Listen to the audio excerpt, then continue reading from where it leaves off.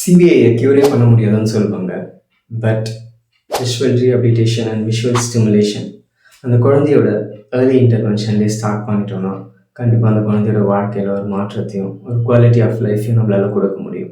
Let's raise awareness about CBI. சிபிஐனா குழந்தைங்களோட பார்வையில் இருக்க ஒரு பிரச்சனையை தான் கார்டிக்கல் விஷுவல் இம்பேர்மெண்ட்னு சொல்லுவோம்.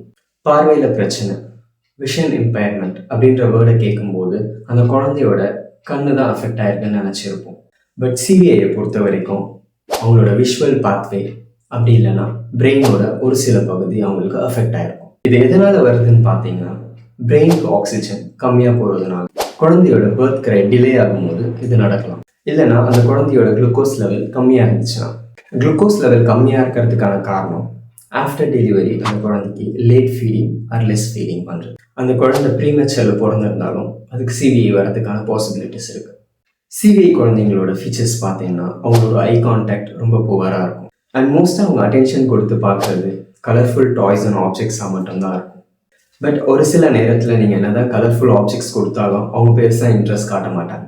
ஒரு சில குழந்தைங்க டேர்ன் பண்ணி பர்டிகுலராக ஒரே சைட் பார்த்துட்ருப்பாங்க அண்ட் ஒரு சிலர் கீழே பார்த்துட்ருப்பாங்க. உங்கள் குழந்தைக்கோ இல்லை உங்களுக்கு தெரிஞ்ச குழந்தைக்கோ யாருக்காவது இது மாதிரியான ஃபீச்சர்ஸ் இருந்துச்சுன்னா கண்டிப்பாக அவங்க லைஃப்பில் ஒரு மாற்றத்தை உருவாக்கி அவங்களுக்கு ஒரு குவாலிட்டியான லைஃப் கொண்டு வர முடியும்.